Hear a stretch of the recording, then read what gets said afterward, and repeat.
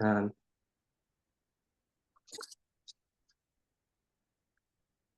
Good morning, everyone, and thank you for attending our Grand Round lecture today. I'm pleased to introduce your speaker, Dr. Michael Stevens. Dr. Stevens is a Natalie Jack Condon Visiting Scholar in Cardiology. In 2010, Natalie and Jack Condon established the Natalie and Jack Condon Visiting Scholar in Cardiology, which enabled the VCU Pauley Health Center attract a number of talented cardiologists. After his service in Army, Jack helped build the family trunking business of Old Dominion Freight Line and also the Old Dominion Trunk Leasing. Jack was a proud supporter of the Massey Cancer Center and also the Pauley Health Center. Jack and Natalie passed away about 10 years ago. They had 3 children, and their son John continues to support the Pauley Health Center as a donor and an advisor board member. Dr. Stevens is the system healthcare epidemiologist and the associate chief quality officer for infection prevention and antimicrobial stewardship for the West Virginia University Health System, where he oversees infection prevention efforts for 25 hospitals, over 250 outpatient clinics, and approximately 30,000 employees. Dr. Stevens is also a professor of internal medicine and public health at West Virginia University. He's also a medical co-director for the Virginia Infection Prevention Training Center. His research interests focus on the pragmatic approaches to infection prevention and antimicrobial stewardship. He has contributed to more than 100 research abstracts and has authored over 138 peer-reviewed papers. He's also a fellow of American College of Physicians, the Infectious Disease Society of America, and the Society for Healthcare Epidemiology of America. We are grateful for Dr. Stevens' experts on this topic and look forward to learn from him. At the end of the lecture, we will leave time for questions. Please submit the questions via the chat functions as they arise during the talk. We also offer both CME and more credit for our Grand Round conferences. To claim the credit for today, text the code shown at the beginning and the end of the presentation to 804-625-4041. I will now turn to Dr. Stevens. Thank you. Dr. Lee, thanks for that kind introduction for sure. And I have to say, it's so nice to see all the names of so many people I respect so much. I'm very nervous giving this talk because of my enormous respect for the division and all the wonderful folks that are in the division. But we'll dive in. Hopefully this will be valuable. We'll just sort of move forward. So thank you again here. So here we go. So we're going to talk about the preparing for the next pandemic, lessons learned from COVID-19. There's a lot I think we can unpack. It's helpful to sort of take a break and look at where we are and what we collectively have come through or still are going through, and to think about the future. So hopefully this is not too triggering. The perspective should be useful. So we'll talk about how high is the risk for another pandemic, what's our role in preparing for and preventing another pandemic, what lessons can we take forward, tactical lessons, and then how significant are some of the scientific advances in testing, vaccination, therapeutics. And so we'll move right forward. So it's helpful to look at risk via the promoters of pandemics. And so this is our understanding in 2023. These are the promoters. So an expanding global population, people living closer together in megacities, humans encroaching on natural environments and animal habitats, fast and accessible international travel, and then wars and natural disasters, and then climate change as well. And I'll speak to a couple of these. The historical perspective here is that before 10,000 BC, we really didn't have epidemics, pandemics, because people were living in small groups as hunters, gatherers, and sick people died or developed immunity before they came in contact with other groups. This changed after 10,000 BC, where this transition to an agrarian lifestyle promoted larger populations, cities, increased population density, and then domestication of animals. And so people lived closer together, communities traded goods, and that proximity to animals led to spillover events from animals to humans. And this is where we got measles, tuberculosis, and smallpox from cattle, influenza from pigs and ducks, and pertussis from pigs and dogs. If we put on a timeline going back to about 1850, all of the major epidemics, pandemics, just in terms of respiratory viral illnesses, these will appear here in white. This one I'll mention specifically the 1918 influenza H1N1 pandemic. This is often what we refer to when we talk about COVID-19. This is the pandemic of flu that spread from the US during World War I and led to 50 to 100 million deaths. And then there were a number of other big respiratory viral illnesses going forward. I won't touch base on all of these. I'll highlight a few. So 2002, we had SARS-CoV-1, which had less than 1,000 deaths. We had the H1N1 pandemic with 250,000 deaths in 2009, 2010. We had MERS-CoV with less than 1,000 deaths to date, 2012. These, I'm going to highlight two in yellow that aren't respiratory viruses, but do speak to some of these principles of the emergence of infectious diseases and some of these promoters I mentioned. So we had Ebola, a multi-country outbreak of Ebola with over 11,000 deaths in 2013. And then we have SARS-CoV-2 or COVID-19, which to date, we have almost 7 million deaths. And then we had Mpox emerge with 119 deaths. This is a spillover event from animals that actually infected 85,000 people in over 110 countries. And is far less transmissible than a respiratory viral illness. But we're starting to see multiple spillover events here. So if we just look at the time interval between the respiratory viral major epidemic pandemics, it gets shorter and shorter when you look at it on a timeline. And really, this is concerning because this implies that we're going to see the emergence of another major respiratory viral pandemic sooner than later. If we overlay the global population, back in 1850, we had around 1.1 billion people on the planet. And by 2023, we now have 8 billion. And so less than 200 years, we have increased the population of the planet eightfold.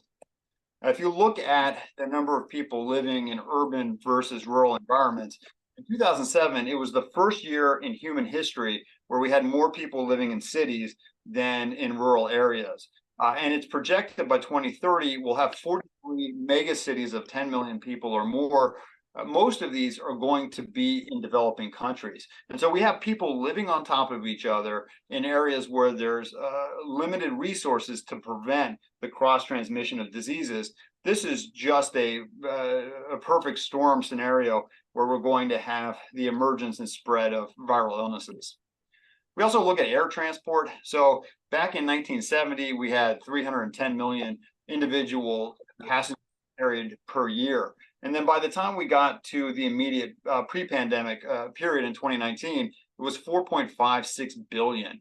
And that dropped off in the pandemic, but we're back up to, I think, around pre-pandemic air flight numbers. The point here is you can really go from anywhere in the world to anywhere else in the world within a 24-hour period, certainly within the incubation period of a lot of these viral illnesses. And what we're seeing with the spillover events and the emergence of things like Ebola and Mpox is exactly that happening. So when we talk about a pandemic, it's really not if, but when. And if we look at the hard data, we would probably see this sooner than later, even within the next 10 years, 15 years. It's a crystal ball to some extent, but it's going to happen. And we better learn from what we have gone through and are going through. So, all right, so what's our role in this, and how do we apply this to the work we do or how we approach population health? So a historical perspective is also useful here because it contextualizes our response to date.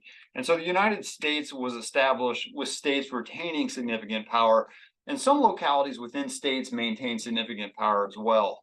States ceding power to the federal government has been a constant point of contention, even going back to the formation of the country. Again, it's United States. It's a bunch of independent entities that have come together. It's not one, macro entity that has subdivisions. We have this complex, non-centralized power structure with over 2,600 state, local, and tribal health departments and over 90,000 units of state and local government. And these are the things that limited our public health response. So this lack of centralized public health coordination, nationalism, isolationism, and individualism, and this lack of universal and integrated modernized healthcare. And so we'll speak to that specific to our response to the pandemic. And I'll give you some more information. This I'm going to refer to multiple times throughout the talk. This is a wonderful paper. You can pull it down from the Lancet, published in 2022. They basically convened 28 national, international experts in a wide, a diverse range of disciplines, finance and public health and all sorts of things, vaccinology. And it was informed by another 170 experts. And they looked at the lessons learned from COVID-19. And so I'm going to refer to this a couple times and try to make it tangible to the folks listening. So they say epidemic control was seriously hindered by substantial public opposition to routine public health and social measures, such as the wearing of properly fitting masks and getting vaccinated. And this opposition reflects a lack of social trust, low confidence in government advice, low health literacy, and extensive misinformation and disinformation campaigns on social media. And so we look at these buckets, these challenges that we face. Did we improve to date? Now, we're almost 4 years into this. So did we improve? Public health system integration, we really have not improved dramatically. There's some data sharing infrastructure for things like vaccines, but this is not optimized. Nationalism and isolationism, we're probably more polarized than ever. It's still a major issue. And international cooperation is dependent on politics and it's unstable. What we do today isn't necessarily what we'll do in 2 years or 4 years, 6 or 8 years. And over that timeline, that's really what we need to be thinking about when we think about a response to a future pandemic. What about universal and integrated healthcare? So we had some exemptions that streamline modern healthcare delivery with things like telehealth, but some of these gains won't be sustained long term. And again, we still lack universal and integrated healthcare. And you can argue about the value overall of integration and universality in our approaches to healthcare, but certainly from a response to a respiratory pandemic, it would have saved a lot of lives. And I'll cite some specific data here in a minute. So communication, this is really critical because this is, especially early on, this is sort of where we failed, and we continue not to do this optimally. And so this is what that commission said. Public policies failed to draw upon the behavioral and social sciences. Doing so would have led to more successful implementation of public health interventions and helped to increase social trust. And then others have looked at this, and I think this is a useful quote. For an intervention to work, people must get the message, find it persuasive, understand its instructions, and be able to perform the behavior in their everyday lives.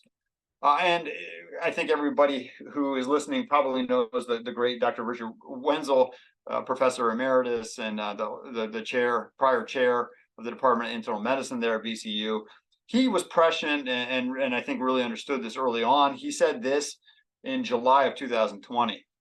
He said the CDC should define data-driven control measures and that a vocal national statement needs to replace the current patchwork of confusing state directives, and that presentation should be science-based, emphasizing what we know, what we don't know, and what assumptions currently inform the espoused policies.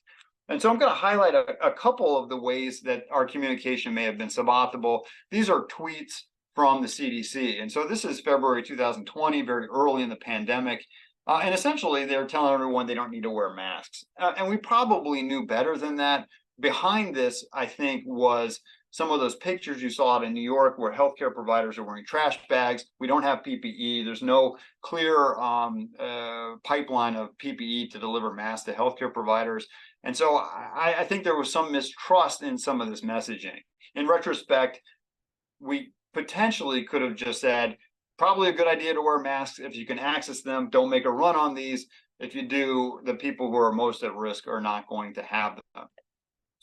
Now, if you go to July 2020, at this point, there's an acknowledgement that masks might be a good idea, but look at what we're saying. And the science really, is better than this at this point. Put anything on your face, t-shirt, scarf, or a napkin, put a napkin on your face. And really, we probably should have messaged to the public, this is the hierarchy of masks. These are going to protect you more than these. Again, don't make a run on them because we're not going to have enough for the people truly at risk. And so could we have messaged better? Could we have been more upfront with the public? I think probably. And in fairness, I think the public health system had a lot working against it. I'm going to speak to that as well. If we look at more recently, this is about a year ago. You may remember when this came out, the non-masking guidance from CDC. That's not really what this was, but it's worth sort of exploring this. So the CDC updated in September 2022 three major documents that informed how we approach COVID in healthcare. This was pretty confusing, though. There were no flow diagrams, there were no tables for interpretation. And if you printed all these things out, it was 45 single-spaced Word document pages, and it was confusing, and you can interpret it in different ways. And this is the bottom line. They said in counties where community transmission is not high, healthcare facilities could choose not to require universal source control. And that might take you some time to unpack. Essentially, it's masking and eye protection, but it spoke to some things that were very confusing and desynchronous for folks in healthcare.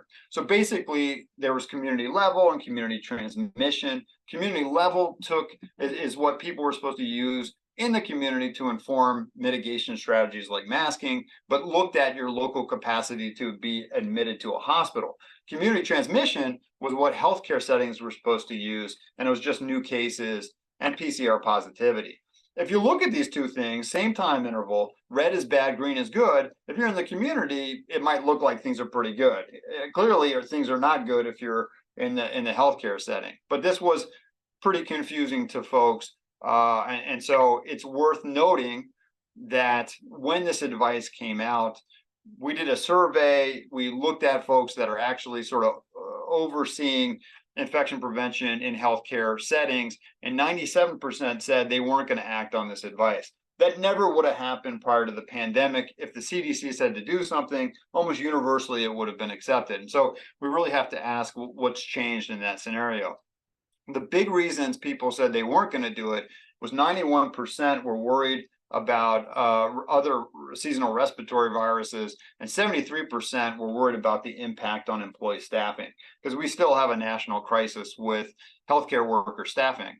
And you remember the triple-demic, right? And so when this came out, late September, we already were seeing increases in RSV, and looking at the Southern Hemisphere experience with flu, you knew we were going to have a bad flu season.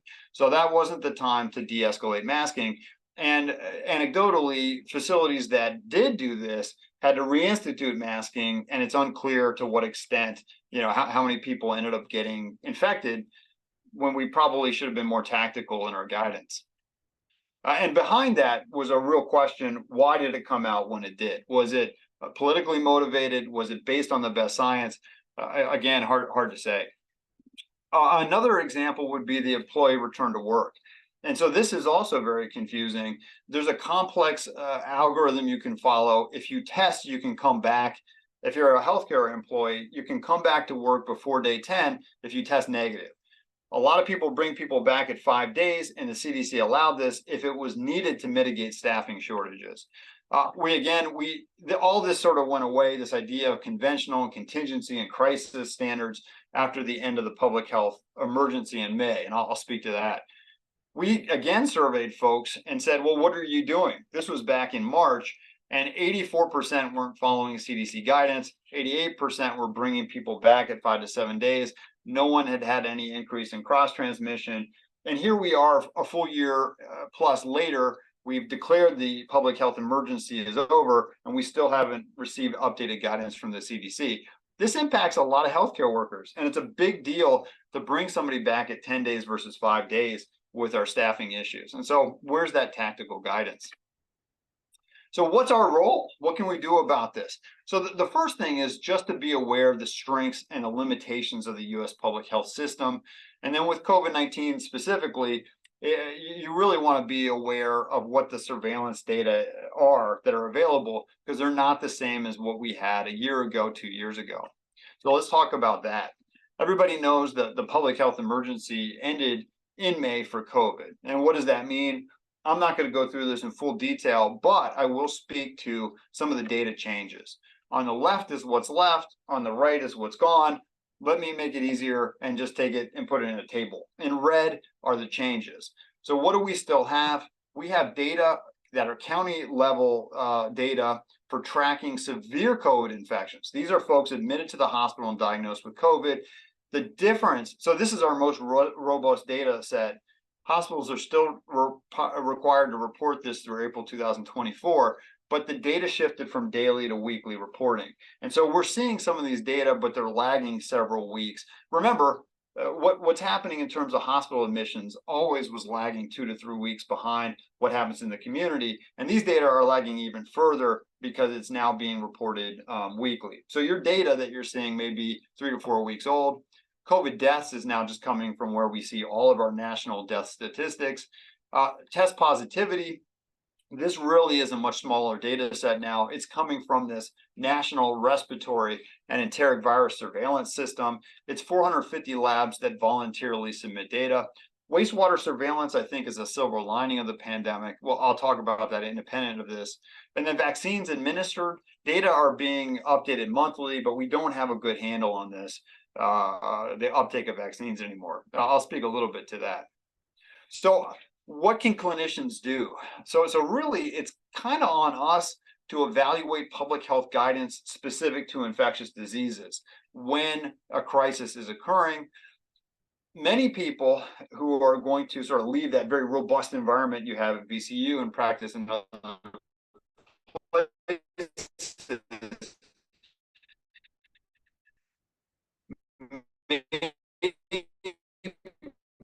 Dr. Stevens.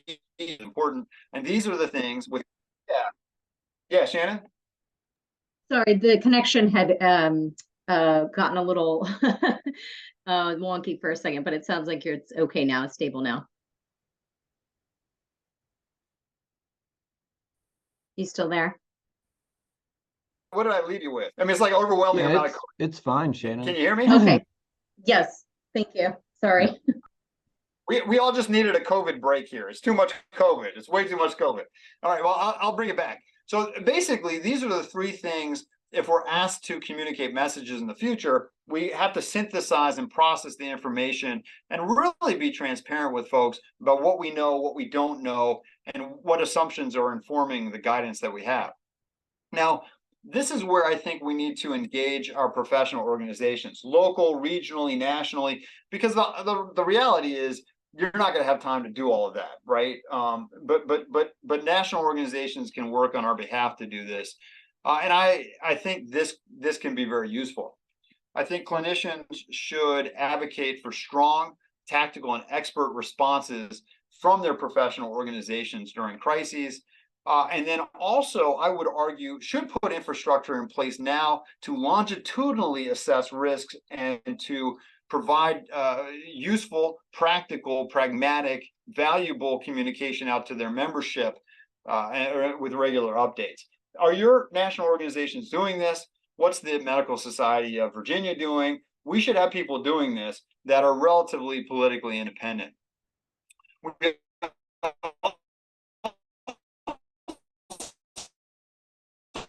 need an ongoing public health funding because it's really very unstable. Politics, so when we look at advocating for stronger public health infrastructure,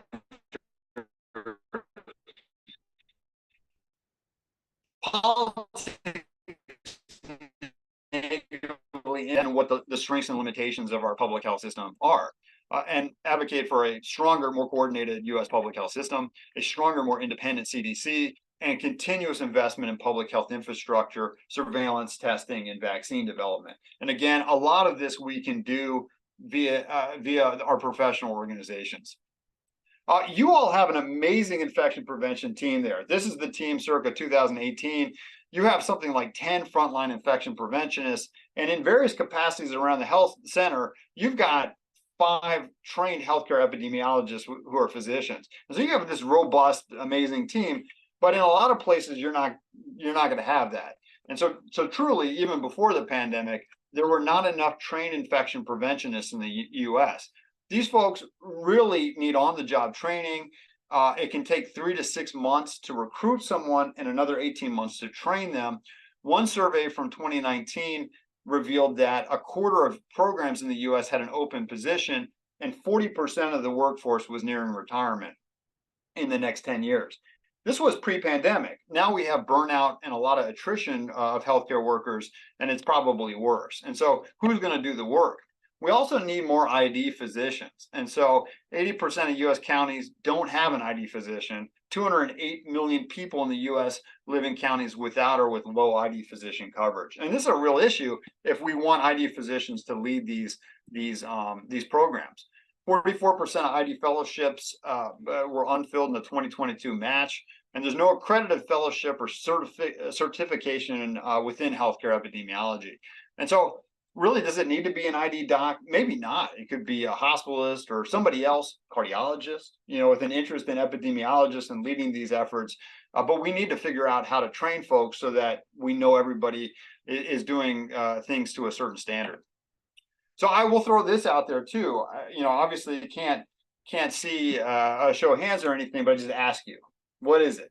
So is the primary mechanism of spread airborne, contact, droplet, or do you not know?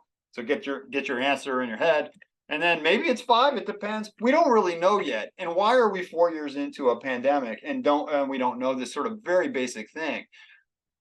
Infection prevention, traditionally, funding has been limited. So NIH dollars really don't go to it. And there's key questions like airborne versus droplet spread. What's the effectiveness of various mask types in different settings? Do you need to do contact precautions for COVID? Like, why, with 7 million deaths globally, do we not know this yet? And we really need to do better. We need to create mechanisms to streamline, accelerate, and disseminate key research during pandemic situations.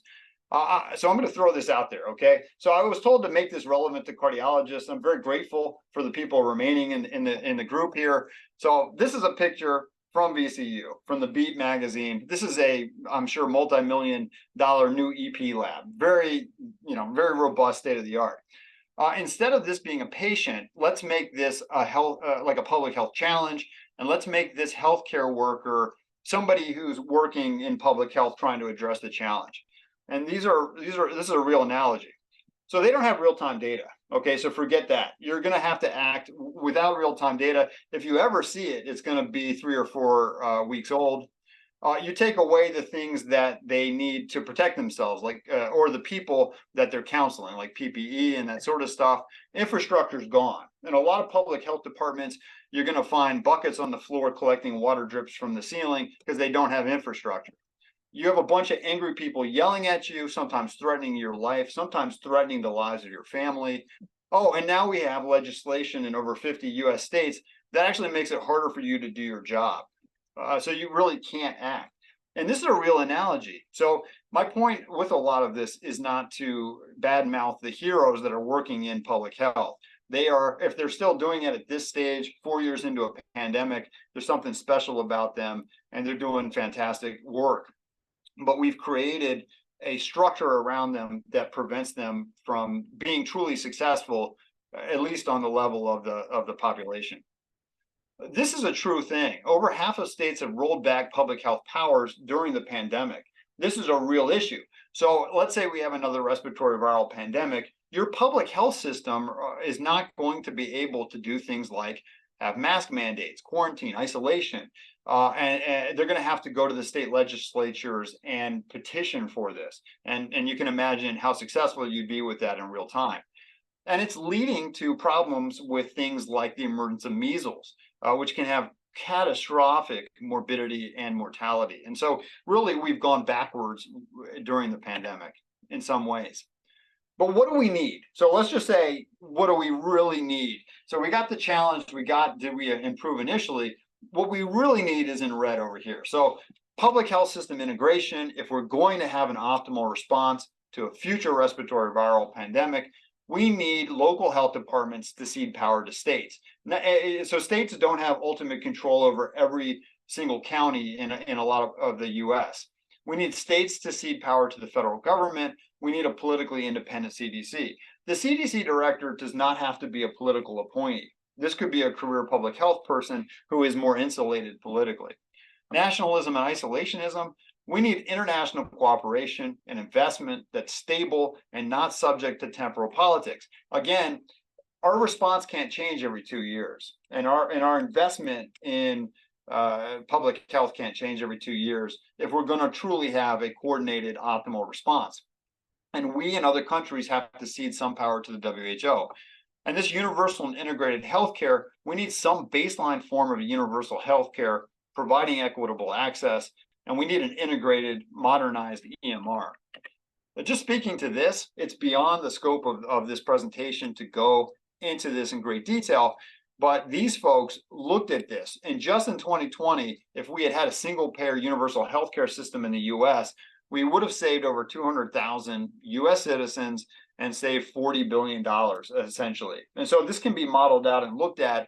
And again, I could speak to it maybe in the Q&A, but really this would help us with the response to a respiratory viral pandemic. So let's get things a little more positive. Okay, so we've highlighted sort of where we've fallen down a little, but let's talk about some of the advancements. So viral sequencing, next generation sequencing has allowed for these techniques have really evolved during the pandemic, and I'll highlight some things. So infrastructure has been deployed to allow to do this at scale, and it's allowed us to look for SARS-CoV-2 variants, which has allowed us to predict the impact of changes in real time on testing, vaccine, and therapeutic effectiveness. In theory, this could inform mitigation strategies, but we never really got there. Expanded access has expanded globally during the pandemic, and the cost went down a lot, from $1,000 at the beginning to about $20 at the end of 2021. And really, we had a shift from this being a research tool to being used in public health. It's enormously promising because we could use this for all manner of infections, not just for viruses. Cholera, malaria, polio, Ebola, we could use this to really address and potentially a number of different really significant infectious diseases and outbreaks at least. The challenge is it requires sophisticated equipment, complex workflows, and significant personnel expertise. And we saw the deployment of a lot of these devices in low and middle income countries, but it's still really expensive to maintain them. Maintaining the machines can cost tens of thousands of dollars, requires specialized expertise, and then requires expensive reagents. And so a lot of places we have this really powerful technology just sitting there. Wastewater has been a silver lining of the pandemic and is enormously promising as well. So this uses pooled anonymous samples in sewer water to detect basically upticks in viral activity for communities. It can show this 4 to 7 days before you see symptomatic spread in a community, and can be really, really, really very powerful. And you can use it for lots of things. Previous to COVID, it had been used for polio. Some people looked at it for opioids. You guys could use it for statins or any manner of things, I guess. So it really could be used in a lot of different creative ways to look at anything that's in wastewater. The technology and surveillance sites evolved during the pandemic. This is what it looks like. Basically, it's sewage coming into a sewage plant. They take it out, it's analyzed, and the data are shared. These are the number of sites in the US before December 1st. Look at what happens after December 1st. Massive expansion. But I will point out we have these holes of coverage in the US where we really don't have a lot of test sites. And so for instance, in West Virginia, there are just not many test sites. And so we have to extrapolate activity from sites around us that do have a lot of states around us that have a lot of test sites, like Ohio. This is what it looks like. It's heat mapped. And so very quickly you can look and see if it's orange and red, those are sites that report increasing activity, whereas blue is decreasing activity. And so you can see these pockets quickly. All right, what's going on in North Carolina? What's going on in Ohio and the Midwest? Something really bad is happening up here. So it can be enormously powerful and can communicate a large amount of information very quickly. Technology can be used to track lots of things, not and beyond infections as well, but viruses, norovirus, RSV, antibiotic resistance genes, you can look at those. But again, speaking to sustaining investment to see the benefits of these technologies, this is happening in real time. So we've lost a quarter of our wastewater treatment surveillance sites because of a contract issue with the CDC. This is not going to be fixed until January, probably. So our ability to detect in real time, remember, the hospitalization data is lagging 3 to 4 weeks behind community activity. This was supposed to be our canary in the coal mine. We're not going to have these data. And so, we're really missing a really key component of our surveillance going into the respiratory viral season. And this shouldn't happen. We should have access to these data and create an infrastructure that keeps that access robust. Safe and effective antiviral and supportive medications have been identified, are expanded, our understanding of viral pathogenesis and the host immune response is expanded, and we have a better understanding of how to successfully assess potential therapeutics during a respiratory viral pandemic.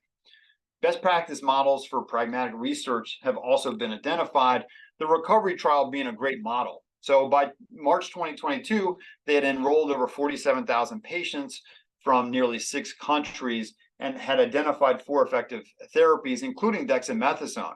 And this probably has saved millions of lives. And this is really remarkable because this is much faster than traditional clinical trials.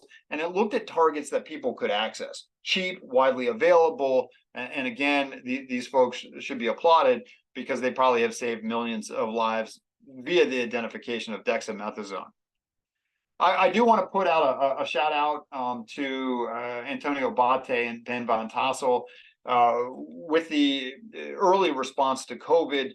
Really, my involvement with that locally at VCU, I really wanted to identify potential therapeutics we could get to patients. My aim was not research, but I reached out to Antonio and Ben. Within minutes, they had responded. We met the very same day. And they really facilitated an enormous amount of our response to providing therapeutics to patients. And so they're in my personal pantheon, top 5 healthcare heroes. I'm very grateful to them for everything they had done, and I'm in awe of them. And really, they deserve a lot of praise, as do many others for sure. But I wanted to give them a shout out. So moving forward. Vaccines, that's been an astounding development. The rapid development and deployment of effective vaccines is a remarkable scientific achievement. Everything we learned about how to do this, the investment, the partnerships, scientific collaboration across borders, all of these things we can apply to future respiratory viral pandemics. And this rapid scale up and distribution is worth noting. So potentially saved 2.4 million lives by August 2021, 2.6 billion doses given by September 2022. This is up to 13 billion doses now globally. Everything we learned about how to do this, how to identify targets, how to ramp up production, how to do the trials, how to assure safety, all of this can be applied to a future respiratory viral pandemic. Speaking to the mRNA vaccines in particular, this is decades-old technology that had been looked at before COVID-19 with flu, Zika, rabies, CMV, cancer. And this, the use with SARS-CoV-2 showed remarkable effectiveness and that these are safe. It's enormously promising because you can tactically target many pathogens, and the development of potential vaccine targets is rapid. You can do this very quickly, and there's enormous potential beyond infectious diseases, even with targets for things like cancer treatment. The challenges here, and it's worth noting, and this is something we need to fix, although the US government spent billions of dollars funding vaccine development, it didn't share in the market returns. Instead, it purchased vaccines from these companies. And this is leading us to things like now that truly are affecting our response to the new monovalent boosters. Healthcare systems that want to use these for healthcare workers essentially have to pay over $100 per vaccine to make these available to healthcare workers. Now, why is this when we spent over $5 billion to fund the investment in the research? This practice also limits the ability to share intellectual property, means higher vaccine prices, poor access. And despite successes with the vaccines, the access was inequitable. This has been modeled out, and it's estimated This led to 670,000 excess deaths by August 2021, and may have limited successfully combating the pandemic via the emergence of viral variants in other parts of the world. We really needed to beat this down everywhere. And instead we had a scenario where rich countries were hoarding vaccine, and that's not the optimal way to approach things for anybody. So challenges: significant medical mistrust and disinformation has contributed to suboptimal vaccine uptake, and this has been modeled and may have led to hundreds of thousands of deaths in the US alone. And this suboptimal communication and this ongoing medical mistrust continue to hamper our efforts. So again, we don't have real-time data, but this survey came out from the CDC as of October 14th in this subset of 15,000 people.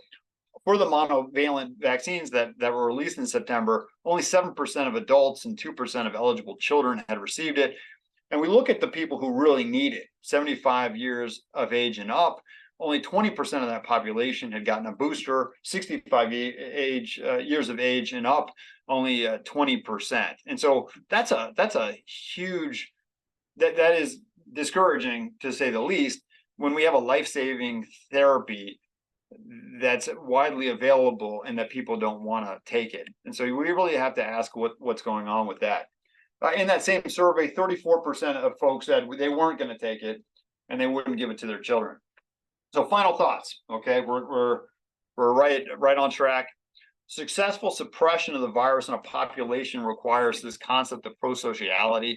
And so what is this? This is a range of social and public health measures involving individual behavior, like testing and isolating when you're sick and mask wearing, those sorts of things, but also a structural commitment at a population level to invest and promote health and social care. It also involves societal commitment to mutual aid, and it's important between individuals, but it's also important between governments. On balance, if we look at ourselves and this concept of prosociality, we perform poorly in the pandemic to date. In the US, many are focused on individual freedom, autonomy, accountability, and need. And arguably, this can lead to major advances in science and many other positive things on a population level. It really worked against us when we think about our response to a respiratory viral pandemic. And governments largely were uncoordinated in responding to the pandemic. So the take-homes here are this: another respiratory viral pandemic is coming. And I suspect it's going to come in our lifetimes thing. It's going to come even within a decade, if you just look at the data and try to project that out. Fundamentally, we're not ready for another respiratory viral pandemic. Terrifyingly, the next one could be worse than COVID, right? If we have a flu, a truly novel flu variant, it could be more infectious, it could be more deadly. It really is very scary to think about this. Why are we unready or not ready? We lack a strong central public health infrastructure. We haven't prioritized international cooperation and support. We don't have an integrated healthcare system. Our system is inefficient and it's inaccessible to many people. Incredible advances in science have been made, but capitalizing on these will take continued investment. Just take the wastewater as an example. There's so many amazing things we could be doing with that, but instead we're in a scenario where we've lost a quarter of our capacity to test because of a contract issue. We need to invest in these technologies if we really want to see the gains from them that we could realize. Individuals and professional societies are going to be critical in interpreting and communicating key information to patients and communities in the setting of a new, the emergence of another respiratory viral pandemic, and also advocating for public health and healthcare system improvements. And again, one thing I would ask folks to do is just ask, what are your regional medical professional societies doing? What are national societies doing? This is really where we can lean on these groups that represent us to help us with this important work. We also need their help in responding in real time to newly identified viral threats. And I'll stop there. That's how you get your CE. Thank you very much. Thank you so much, Dr. Stevens. This is a great talk.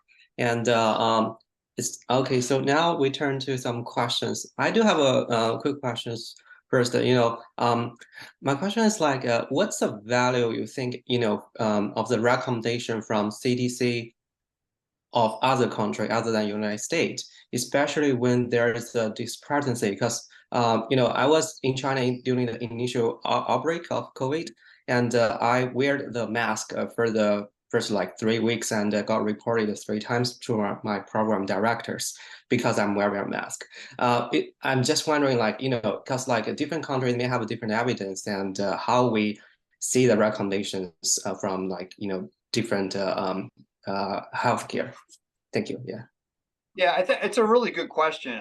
I think fundamentally, and I'm not taking this from a political standpoint or anything, really, if we want to have an effective response to a respiratory viral pandemic, we need to have some coordination that supersedes individual countries, right? And so that means ceding power to non-country entities like the WHO, and so that we can approach things in a tactical way. I think we saw a lot of isolationism between countries during the pandemic, and it hurt everybody. So we didn't have sometimes we had good data sharing, and sometimes we didn't. Sometimes we didn't really know what was going on one country to the next. And then we had policies that were put out there that didn't make sense. Like if we're not letting people come into, say, the US. That doesn't make a lot of sense when we're not doing anything to, isolate people here, right? And we're sending people out of the US, right? And so a lot of things we didn't make a lot of sense. I think going back to the pro-sociality component, we need to give people the benefit of the doubt. It's like if somebody's wearing a mask around you, you're not going to call them out and say you shouldn't wear a mask, right? I like to say your face, your mask, right? Let people do what they feel comfortable doing. But we need to certainly cede some power to authorities that are designing our public health response. And if people are saying wear masks, we need to do that and do it consistently. I don't know if that answered your question or not. Yeah, good. There's some question in the chart. The first is from Dr. Gertz, a huge Michael Stevens fan. And next is from Dr. Seldums. Great talk and a very insightful point and advice. Thanks, Mike. Then it's from Dr. Marinatha. So great talk, thanks. What have we learned about true adverse reactions, events, or sequential neurological and cardiac, especially post-COVID vaccine? Those contribute a lot of refusal to get vaccinated. Yeah, so I'm a big Zach Gertz fan. I'll say that. Hopefully, he's still a fan after the presentation, but you don't have to answer that. I would say, what have we learned about the vaccine stuff? Well, we have a ton of data on the safety of these vaccines. No other vaccines in history of vaccines do we have more data on safety, and so we really, I think, have very good information around that. And then we have very good information about the risks from things like COVID itself, right? So we look at the myocarditis, especially in like adolescent males with mRNA vaccines versus myocarditis from COVID itself. The risk is so much higher with natural infection that you can sort of balance the risks and the benefits, and they always come up on the side of the vaccines. I will say that the medical mistrust is a real issue, and it gets back to the communication. Like a lot of the communication we've seen, sometimes it doesn't seem motivated by the best science. Sometimes it seems like we're saying some things and there's something else behind it, just like the mask things, those sorts of things. I love the idea that we come back to, we trust the public with the best information we have. We tell them what we know, what we don't know, the assumptions behind what we're promoting, and we give people a chance to say, do the right thing, not hoard masks like people were hoarding toilet paper. I think we have to fundamentally change how we communicate if we're faced with some of these same challenges again, so we can build trust, so we can communicate some things that are difficult, like vaccine risks.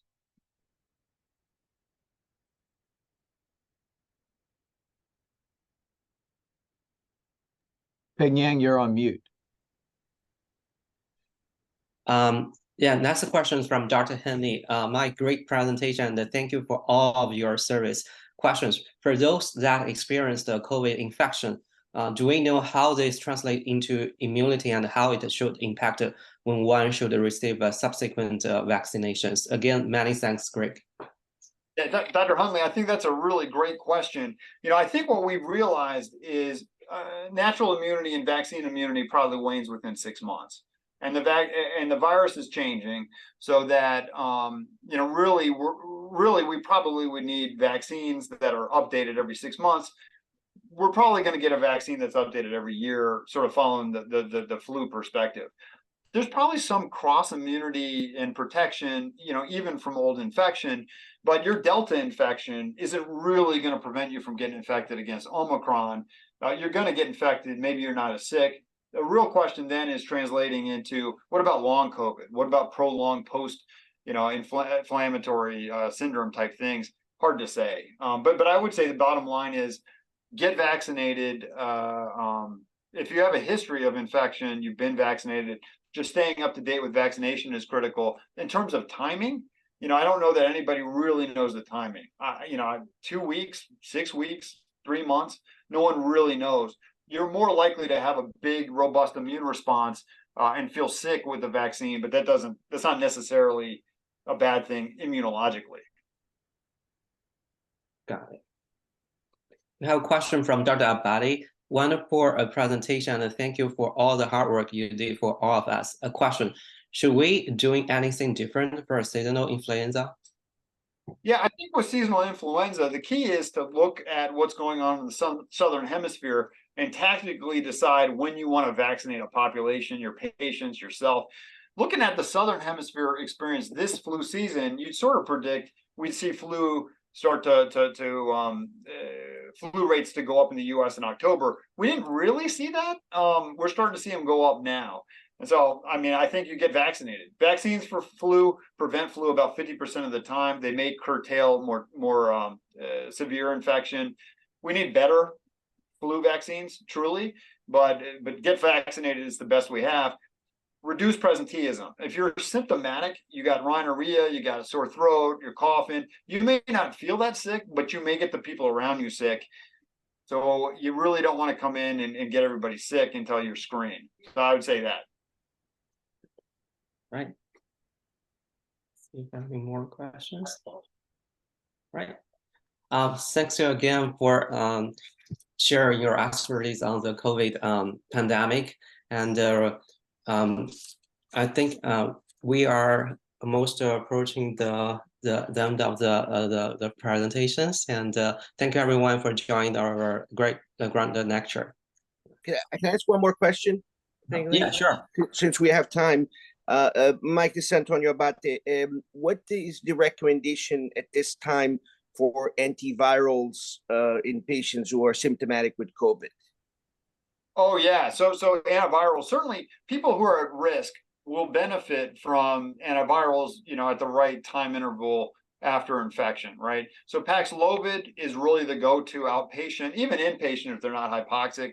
Remdesivir if they're hypoxic inpatient. If you can't get Paxlovid or can't give it because they're, say, you got transplant med interactions, inpatient, not hypoxic, it's remdesivir. Unfortunately, we're still at like Paxlovid and remdesivir, right? There are other antivirals internationally that seem to work, but we're not using them. Molnupiravir, don't use it unless you really have to. It probably doesn't work that well, but those are the two go-to ones. And you say those at risk, meaning age and comorbidities? Yeah, that's right. Yeah. And basically for sure. So somebody's over 60, they're going to benefit. Comorbidities, the population you serve are going to benefit. Paxlovid, people don't like. I don't know if anybody's taken it. You don't have to identify yourself, but they really don't like it. But it reduces your risk for disease progression, and it's worth doing if people can tolerate it. Thank you. Thanks so much, Mike. Really appreciate it. And it's good to hear your voice again. It was always reassuring while you were here in Richmond. Thank you so much. I really appreciate the opportunity, and hopefully one day get to see you all in person. Absolutely. Thank you, everyone.